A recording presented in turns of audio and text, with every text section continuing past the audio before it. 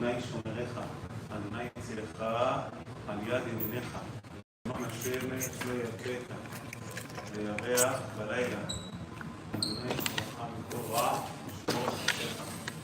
אדוני ישמור צאתך ובואך, מעתה ועד עולם.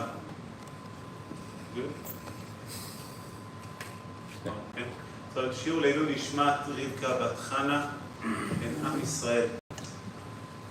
We are in a very overwhelming experience, feelings. We just celebrate Simchat Torah. We were happy in Simchat Torah. We were supposed to be happy. When I heard the first boy who came over to me and says, Rabbi, you heard what happened in Israel? And he described it to me. I'm looking at him, I'm like, another American boy who exaggerates information. I didn't take him seriously. When the second boy came, I'm like, something is going on. And then you hear the third one. And we had an obligation, the Torah gives you a special halachot to regulate your emotions. And not to push one emotion over another emotion. Sometimes you have to. Shulchan Aruch brings, if somebody got married, relative, very rich, close relative, seven relatives who died, there is a special ha'emet. You justify the bad things. Says the Shulchan Aruch, you need to say two brachot, Dayan ha'emet and hatov ve'hametiv. Tov ha'metiv, you said for something good happened to a person, you're supposed to say hatov ve'hametiv. Why are we saying these two brachot? Man, this guy just died. Everybody said, okay, who cares about money? Who cares about him? But you do. And you can fool yourself that you don't care. And you got to create awareness to all feelings that are going among you. Another classic example, if somebody married an ugly lady with a lot of money. So he's going to say a tov ha'metiv on her money and Dayan ha'emet on her. Meaning, he got married into an ugly woman. By the way, the definition of good and ugly is according to his own standards. There are no universal standards. So the regulation must be, emotions must be regulated. We were here in Simchat Torah, and we heard that, but there is a clear halacha. If somebody heard that his relative passed away on Shabbat, he's supposed to be happy. He's not supposed to show any sign of mourning in public. A year ago, his father died on Shabbat. You couldn't tell. People saw him around, they didn't know what's going on. Because the halakha gives you control over your emotion. The halakha requires us to be happy and to dance. At the night we couldn't fall asleep. But during the time of Simchat Torah, we had an obligation to regulate our emotion and to control. There is a time to cry, and there is a time to be sad. Those emotions we're going through, in one hand, we are so suffering knowing what's going on. But on the other hand, we go into regular life. We try to go back today. We laugh, we make jokes, we eat. I was eating today meat. I was thinking to myself, those guys who were captured, can they eat meat? What are they eating? Whenever I try to go into that area, I'm running backward because it really kills. Thinking like, we cannot relate, we cannot even be part of what's going on in their life. So the real question to ask, what's the way to live? How can we go forward? But on the other end, we cannot forget. So I want to show you the following. There is a Gemara in Masechet Makot. The Gemara said, by the destruction of the temple, there were 3 rabbis who saw the Beit HaMikdash destroyed. They're going up to the mountain of Harabait. They saw a fox, a shu'al, coming out of Kodesh HaKodashim, the holiness of holiness. So with Rabbi Eliezer, Rabbi Yoshua, and Rabbi Akiva. The Gemara says Rabbi Eliezer and Rabbi Yoshua start crying, seeing a fox coming out of the holiness of holiness, Kodesh HaKodashim. They start crying. The Rabbi Akiva was laughing. So they turned over to Rabbi Akiva, Akiva, why are you laughing? Meaning, what's wrong with you? Look what's going on. He responded back to them, why are you crying? He said, why we are crying? On a place that it says on it, V'hazar hakarev yuma, says in the Torah, any stranger who walk into Kodesh HaKodashim, the holiness of holiness, chayav mitah, supposed to die. ועכשיו and now שואלים לכו בו, facts coming out of it, on a place when a stranger deserved mitah, walking in, an animal coming out. Rabbi Akiva said, that's why I'm laughing. You know why? There were two prophets in Am Yisrael. The prophet of Zechariah and the prophet of Ariel. Zechariah had a prophet of the destruction of the temple. Ariel has a prophet of the redemption of the Geulah. He said, I'm laughing because till I didn't see the prophecy of the destruction of the temple fulfilled, happening, I didn't know that the prophecy of the redemption will happen. Now I see the destruction of the temple, I know we are guaranteed for the redemption, for the Geulah. This dialogue doesn't make sense because they were asking. This dialogue doesn't make sense. They were asking Rabbi Akiva a legit question. What's the question to Rabbi Akiva? Why are you laughing? What was the response of Rabbi Akiva? Why are you crying? You ask a question. It's not a question why they are crying. You are the one who are acting abnormal. Everybody were normal. It's normal to cry. It's not normal to laugh. Why are you responding back, Rabbi Akiva? Why are you crying? It's not a question. And the second question, he said, oh, I see the prophecy of the destruction of the temple. I know that the prophecy of the redemption is going to come. Obviously, you know Beit HaMikdash was destroyed. Which type of new information did you receive today from the rabbis that you didn't know before? You know Beit HaMikdash was destroyed. So obviously there will be a redemption, will be Geulah. What's going on? What's the idea, the message the rabbis were giving Rabbi Akiva that we are not aware of? So in order to understand, there is a very interesting Gemara in Masechet Ketubot. The Gemara says, great Rabbi Yochanan. Rabbi Yochanan was after the destruction of Beit HaMikdash. He was walking outside of the city, and he saw a riva, a very classic lady, collecting barley from the excrement, from the poop of a camel of Arabs. Meaning she had no food, she collected the excrement the barley out of it. So he turned over to her, he says, Biti, bat miyat. Oh, what's going on? Who's your father? How did you get to that stage? He said, you know who's my father? Nakdimon ben Gurion. Nakdimon ben Gurion was a man, the richest guy in Yerushalayim, one of the three richest guys in Yerushalayim, like Elon Musk in our language, you know? He had unlimited money for anything. So I said, what happened to your father's money? He said, he didn't treat it right. He didn't give proper maaser. He did things for his honor and he lost everything. The Gemara concludes the story with the following statement of Rabbi Yochanan. Bacha Rabbi Yochanan ve'amar. Rabbi Yochanan was crying and he said, Ashrechem Israel. How fortunate are you, Am Yisrael? בזמן שאתם עושים רצונו של מקום, when you do the will of Hashem, אין כל אומה ולשון יכולים לשנות בכם. None of the nations can control you. But when you don't do the will of Hashem, you're being controlled by an animal of an Arab. That's what's controlling you. So the question is, why is Rabbi Yochanan crying? What's the point of crying? Crying can't come from extremeness, from two sides. People cry either from sadness, something sudden happened they cannot tolerate, or from happiness. Why is Rabbi Yochanan crying? Unbelievable message. Rabbi Yochanan crying from the following gift that Hashem gave us. Anybody here had a Chevy? You had Rabbi Levi, you had a Chevy? So Chevy, the button of the AC, the fan, is supposed to have 1, 2, 3, 4. They used to have a problem, you go either 1 or 4. Either you freeze, or it's not as cold. You had it already in your car? Yeah, those are miracles, yeah. So, why is that? What's the point? Meaning, some people, what do? Put it low, they manage. Some people putting it high. Some people need to put it in the middle. Why? What's the gift about it? Hashem gave Bnei Israel only two modes, either low or high. Why?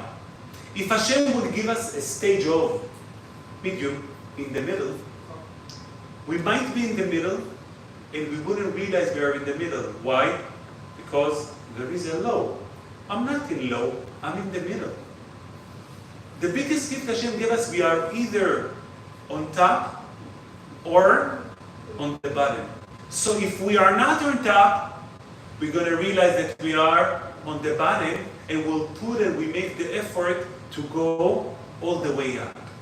That works only when you are in the bottom, you realize you're in the bottom. I used to go to the jail in downtown for many years, every Friday. And I met all type of people over there at the time. I don't think they allow it today. They used to give me a walkie-talkie, and I used to go into their units. I don't know how they were doing it. And you don't have the most, trustworthy people over there. And I used to go inside.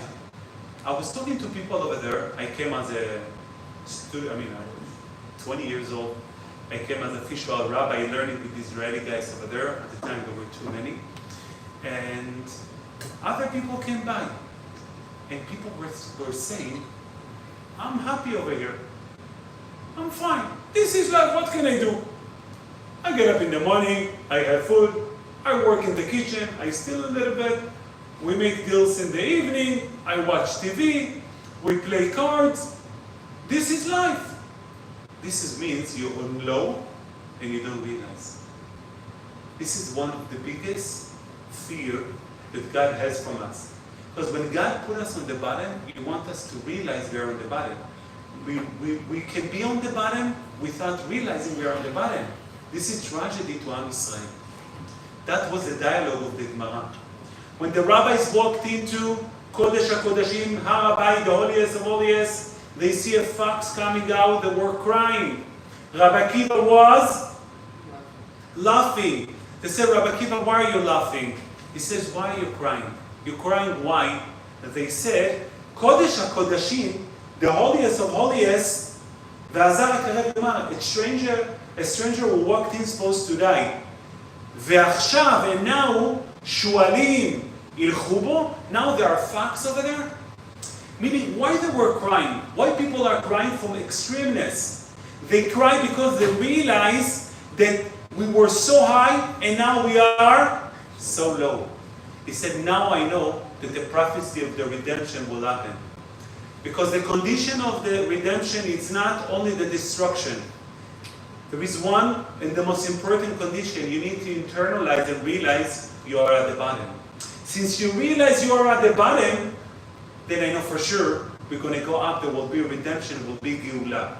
Now the dialogue is beautiful. They asked Rabbi Akiva, why are you laughing? What did he say? Why are you crying? Because you are crying, that's why I'm laughing. Meaning, with all the respect to Rabbi Akiva, okay, you can be happy. You're not supposed to laugh. Yeah, okay. Baruch Hashem, they realize, why are you laughing? And this is the most important thing. When Hashem giving us a message, He wants us to realize. As soon as we hit the realization, we're supposed to get up all the way up. We're not supposed to be dying, to be down. We're supposed to laugh. You know when we have it? On Tisha B'Av. We are all the way down to the floor. It took us 3 weeks to reach that level. On that evening, you're already moving out. People next day flying, doing whatever they want on vacation. Listen to music. Why? Because when you realize you are low, when you make the proper moves, we talk about them in a second, then you can go, you can move on in life. The tragedy that Hashem gave us is to realize we are low. Everybody talk about the land, Eretz Israel, our army, everything. I saw somebody send me a message of a speech of Benjamin Netanyahu. I never heard a speech of him mentioning God except the one he speaks at the White House. This is first time he's speaking to the nation. He said, the goyim forgot that we have God. He said those words, Hine lo yanum velo ishan shomer Israel. Ma kara? What happened? We hit the bottom. Even people who are not observant realize that we gotta go up. We cannot be at the bottom. But this is the important point. There is a very sad, very difficult feeling, and many people probably ask themselves, God, I'm sorry to say, like, what's wrong with you? What's going on? What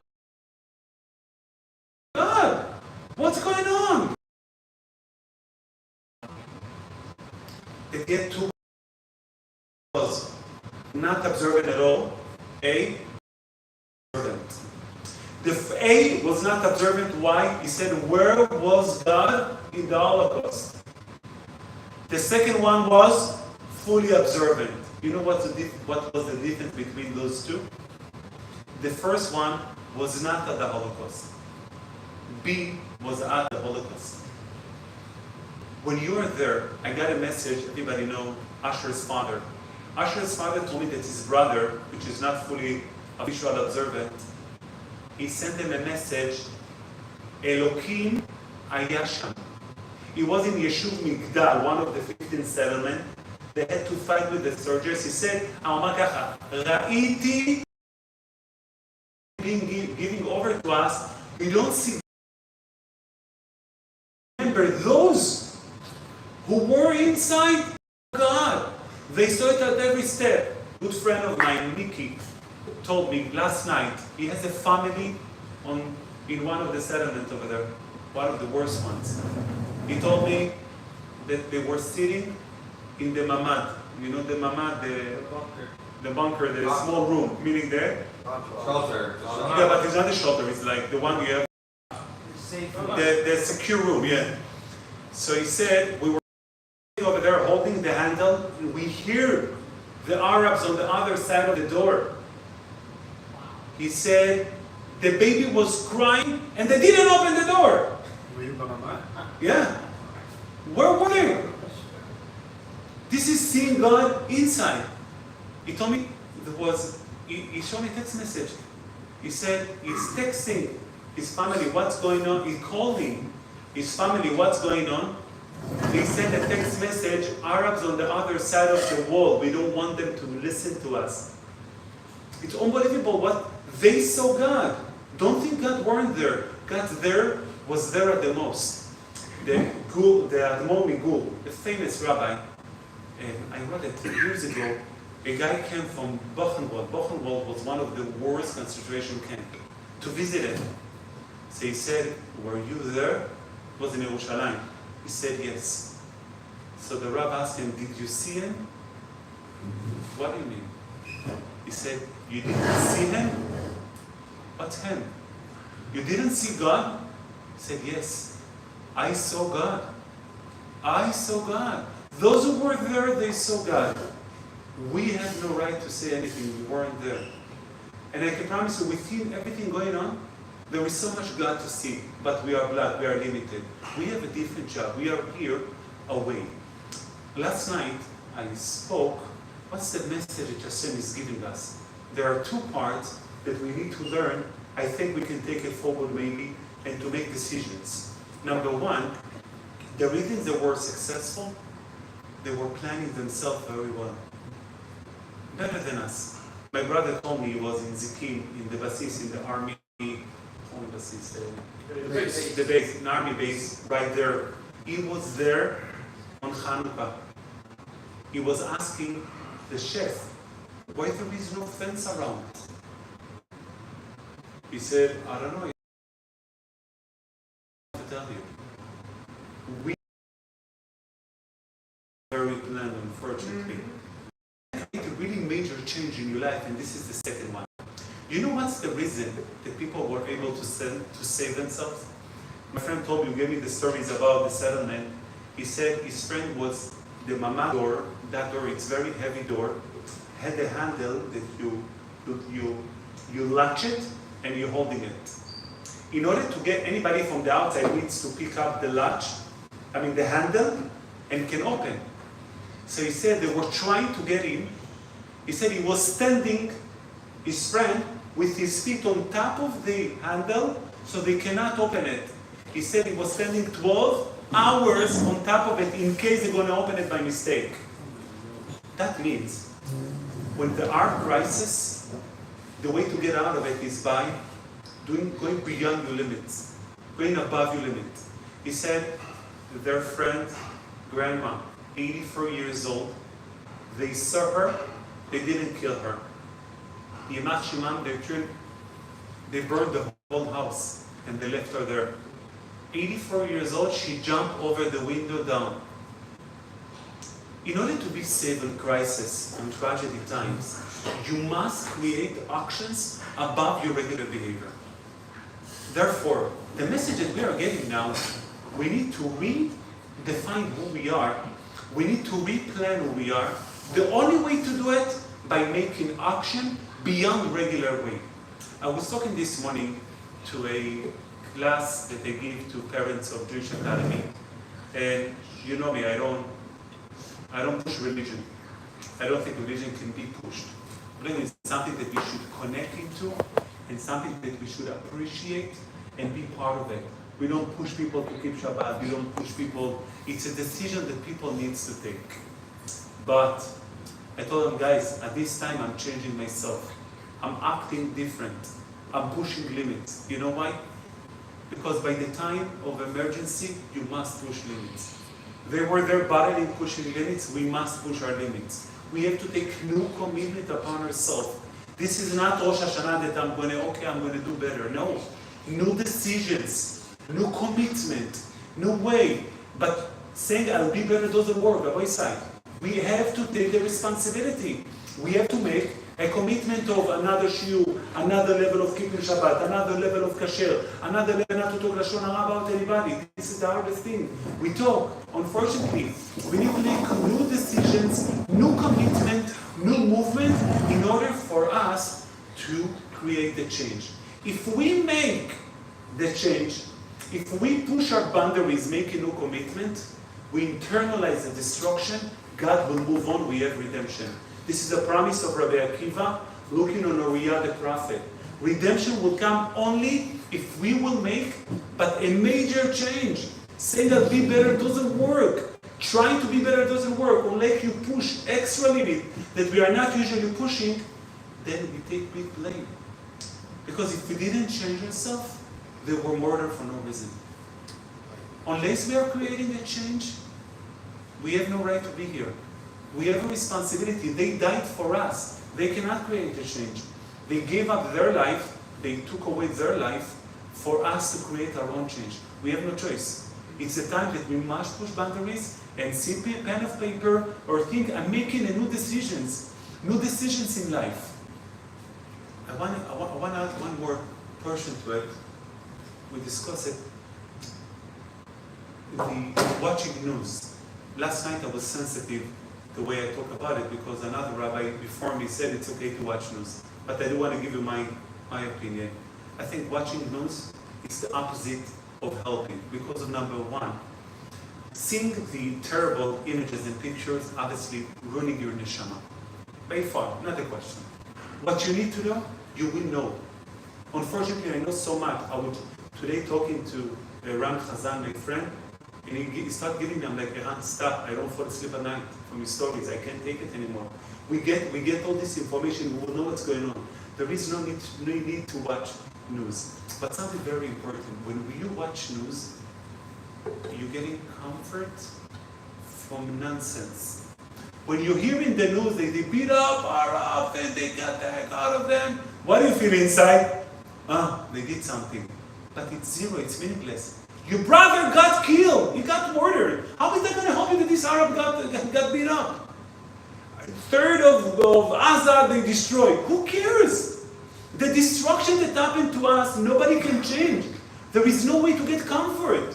When you listen to the news, you're happy, okay. Binyamin Netanyahu said we're going to hit them at this time hard. Too late. We lost our brothers and sisters. The only way that listen to news, taking away the seriousness of what happened. People talking in the news, why it happened, what were the problem? It's irrelevant. Because Hashem will handcraft this message. And this is important. Bracha, it's a general way that Hashem giving to Am Israel.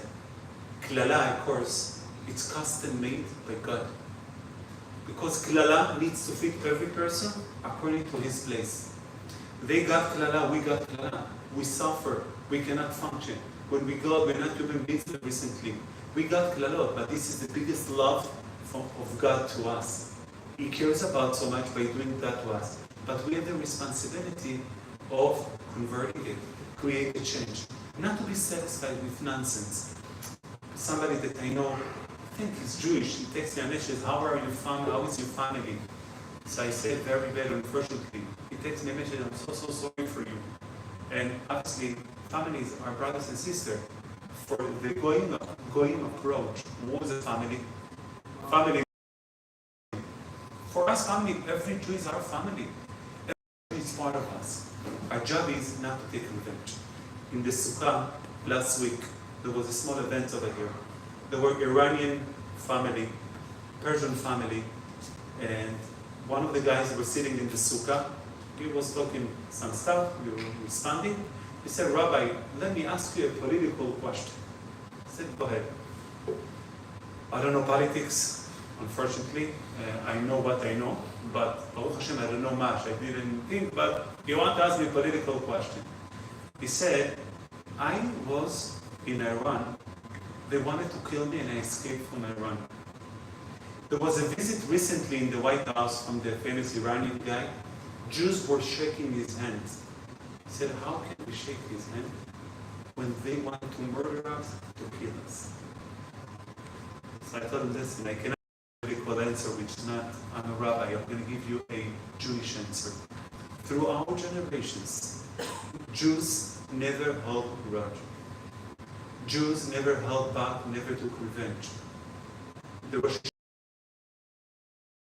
were a bunch of Jews at the concentration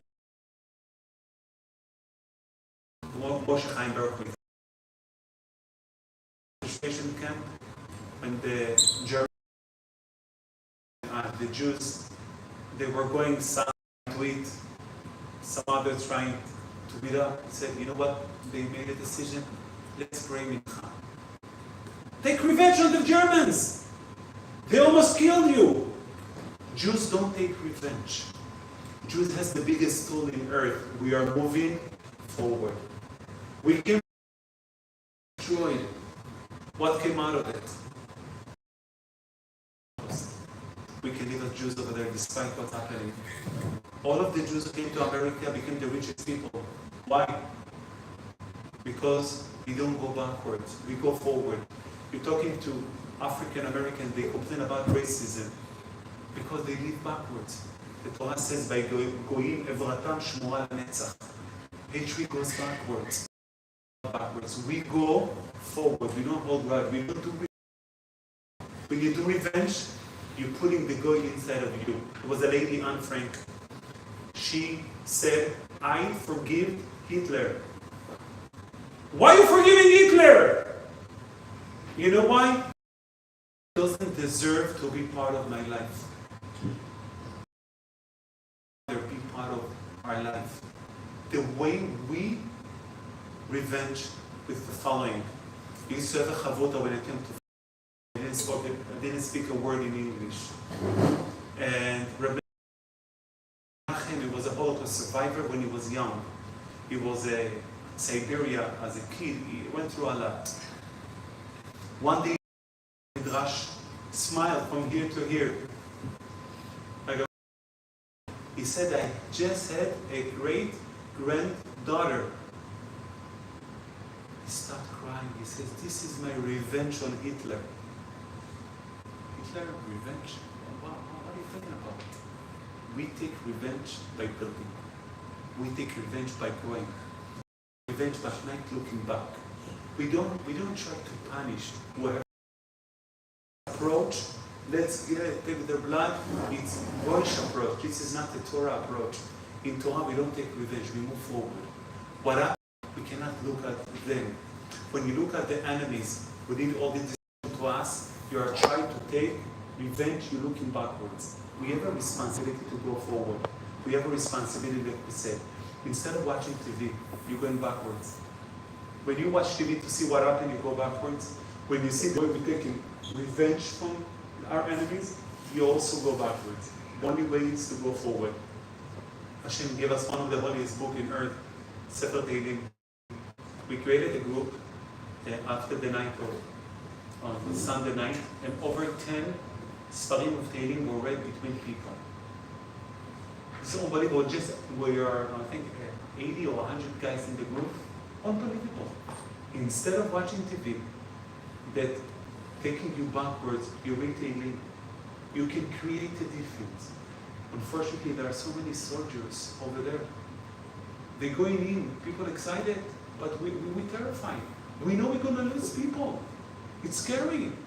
How can you sit in front of TV? You have a responsibility to take care of your brother. How will you protect the soldier? Unfortunately, when you read Tehillim, you don't see it.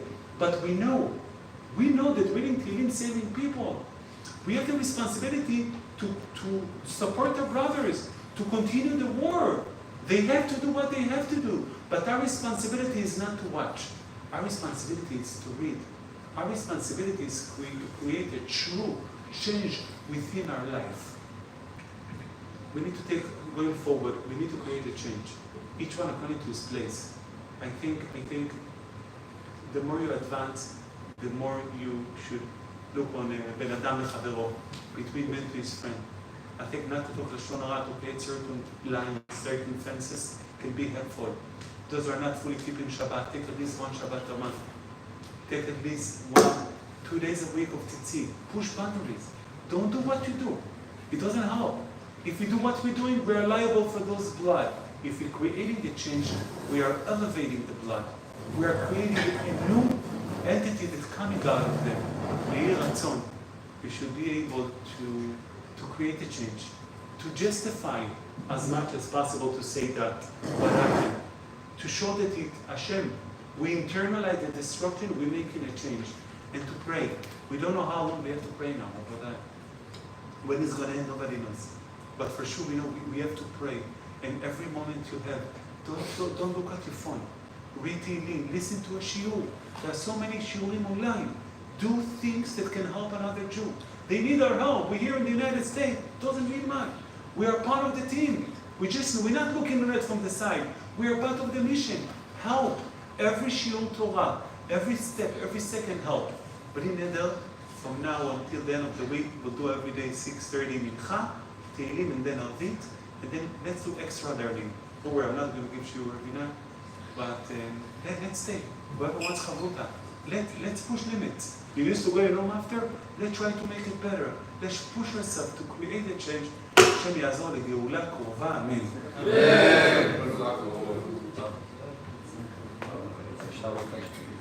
אוקיי, מה להגיד? אמן?